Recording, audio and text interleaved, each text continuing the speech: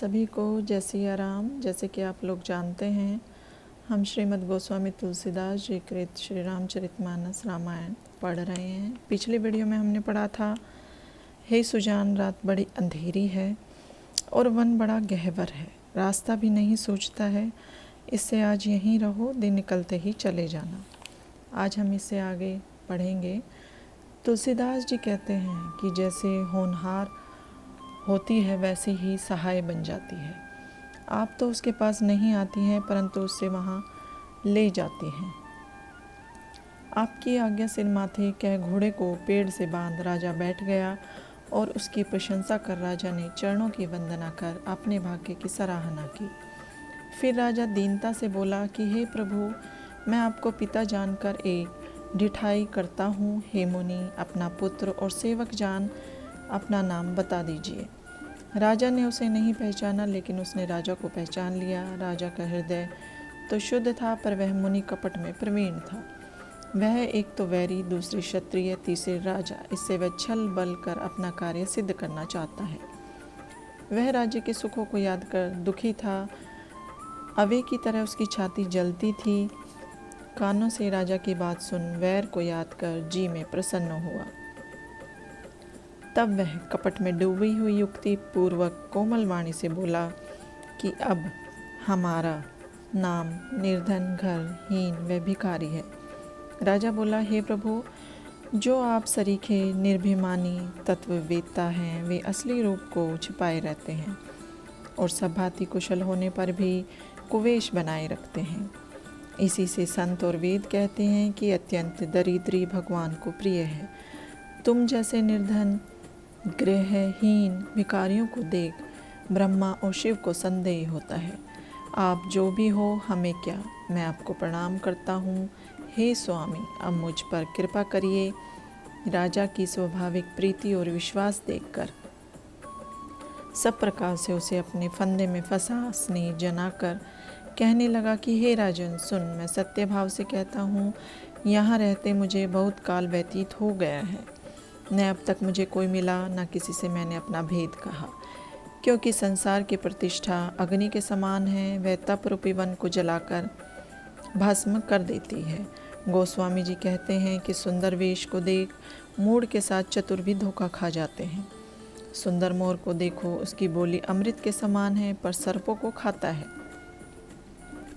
इसी से मैं संसार में गुप्त रहता हूँ, हरि के सिवाय किसी से प्रयोजन नहीं रखता हूँ। प्रभु तो स्वयं ही सब जानते हैं, लोग को रिझाने से क्या लाभ। तुम शुद्ध स्वभाव, बुद्धिमान और परम प्रिय हो और तुम्हारा विश्वास भी मुझ पर अधिक है। अब तुमसे कोई बात छिपाऊं तो मुझे पाप लगेगा। ज्यों ज्यों वह तपस्या उदासीनता की बातें कहता था, राजा का विश्वास बढ़ता जाता था। उसने देखा कि राजा मन कर्म वचन से मेरे वश में है। तब वह बोला कि मेरा नाम एक तनु है। यह सुन राजा चरणों में सिर झुका पूछने लगा कि मुझे अपना सेवक जान नाम के अर्थ को कहिए। जब पहले ही सृष्टि रची थी तब मेरा जन्म हुआ था। मैंने फिर देह धारण नहीं की, इससे मेरा नाम एक तनु है।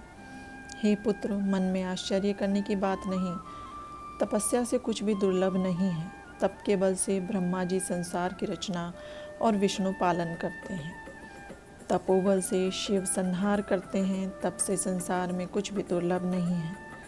यह सुन राजा को बड़ा प्रेम हुआ। वह पुरानी कथा कहने लगा। उसने कर्म बंधन संबंधी बहुत से इतिहास कहे तथा ज्ञान और वैराग्य का निरूपण किया। सृष्टि की उत्पत्ति, स्थिति और प्रलय की बड़ी अद्भुत कथाएं कही, जिन्हें सुन राजा ने तपस्वी के वश हो अपना नाम बता दिया।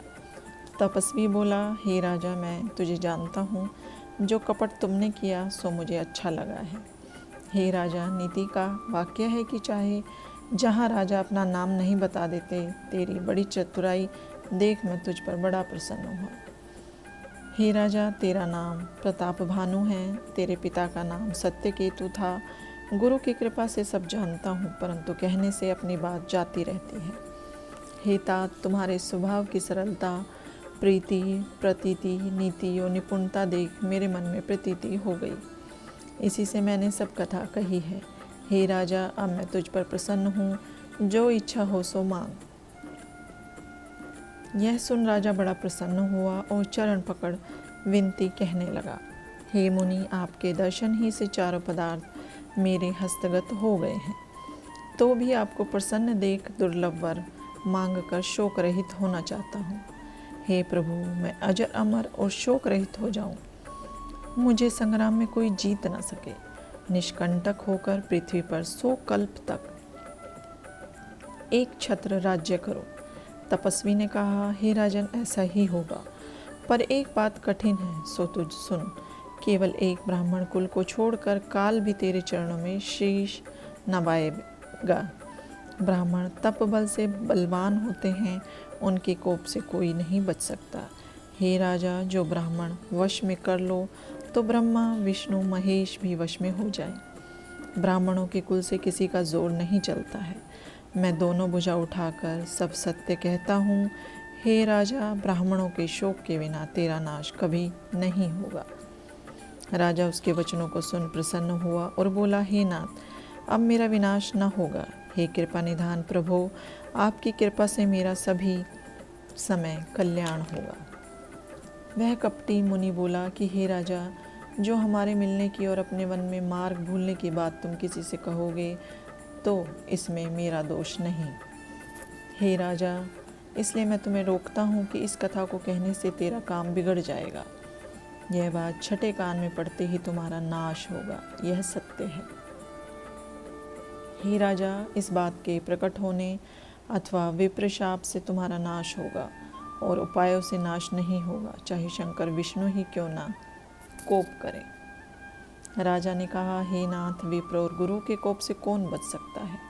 जो विधाता कोप करे तो गुरु बचा सकता है, पर गुरु के कोप से कोई नहीं बचा सकता।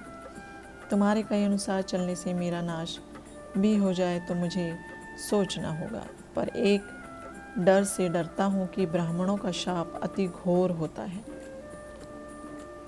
ब्राह्मण किस प्रकार से वश में हो सकते हैं, सो मुझको कृपा कर बताइए। हे दीन दयालु, आपको छोड़ और कोई हितैषी नहीं दिखता है। हे राजा, संसार में उपाय तो बहुत हैं, परंतु सब कठिन है। फिर भी तुम पूरे हो कि ना हो, एक उपाय बहुत ही सहज है, परंतु उसमें भी एक कठिनता है। हे राजा, यह उपाय मेरे अधीन है, किंतु मेरा जाना आपके नगर में नहीं हो सकता। जब से मेरा जन्म हुआ है तब से आज तक किसी के घर नहीं गया हूँ। जो नहीं जाता हूँ तो मेरा काम बिगड़ता है। यह आज बड़ी दुविधा आ पड़ी है।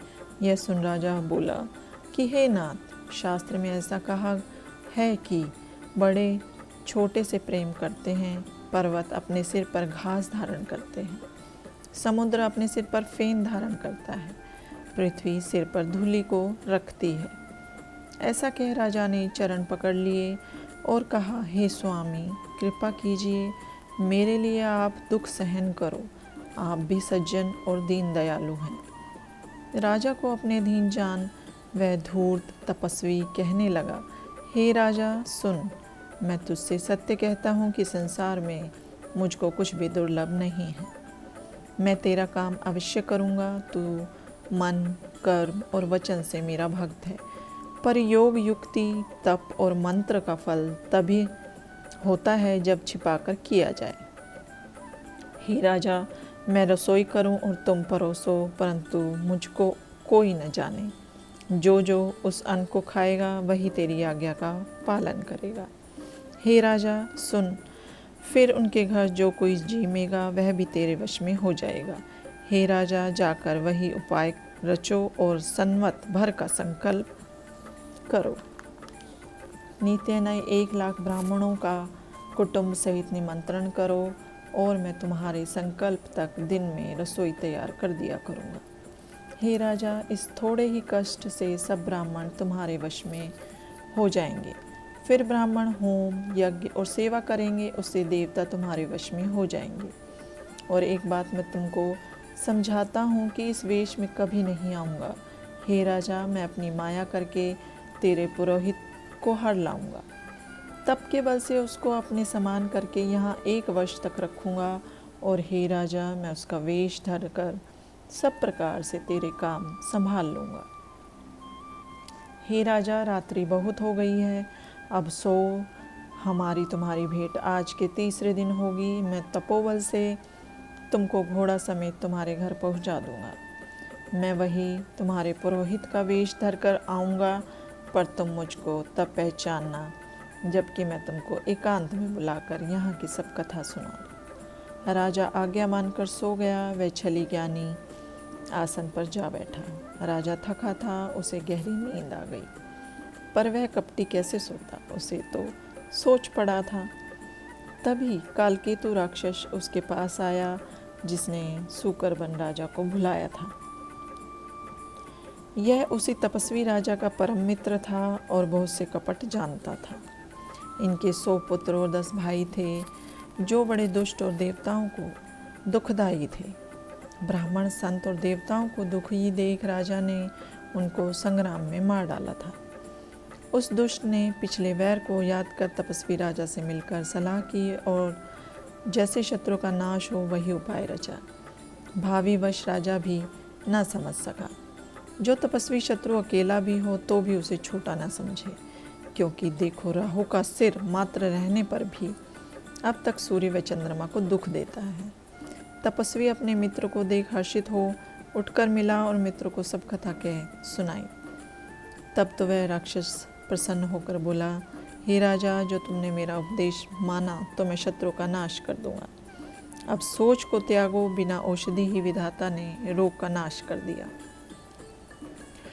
कुल समेत शत्रु का नाश कर मैं 4थे दिन तुमसे मिलूंगा। इस प्रकार तपस्वी राजा को संतोष देकर महाकपटी और अत्यंत क्रोधी राक्षस चला और प्रताप भानु राजा को घोड़े समेत सोता हुआ घर पहुंचा दिया। राजा को रानी के पास शयन कराकर घोड़े को घुड़साल में बांध दिया। फिर राजा के पुरोहित की हर ले गया और माया से उसकी बुद्धि को मंद करके किसी पर्वत की गुफा में रख दिया। आप पुरोहित का रूप धर उसकी अनुपम शैया पर जा सोया। राजा प्रातःकाल से पहले ही जगा और अपने को महल में देख बड़ा आश्चर्य माना।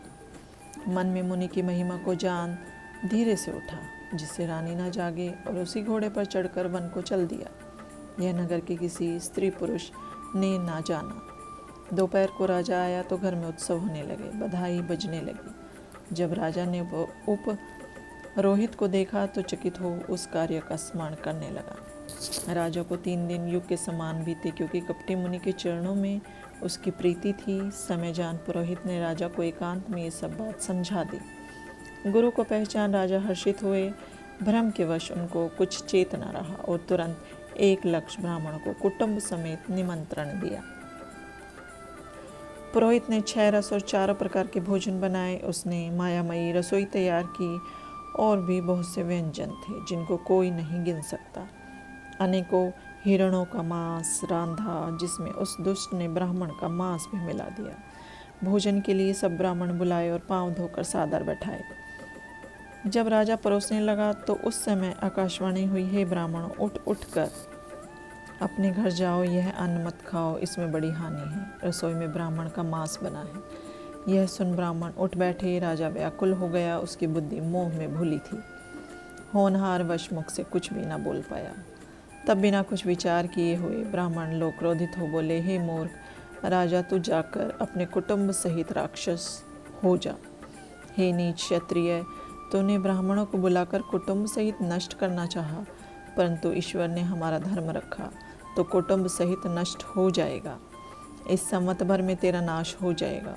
तेरे कुल में कोई पानी देने वाला तक न रहेगा। राजा शाप को सुनकर व्याकुल हो गया। तब फिर आकाशवाणी हुई, हे ब्राह्मणों, तुमने शाप विचार कर नहीं दिया। राजा ने अपराध नहीं किया है।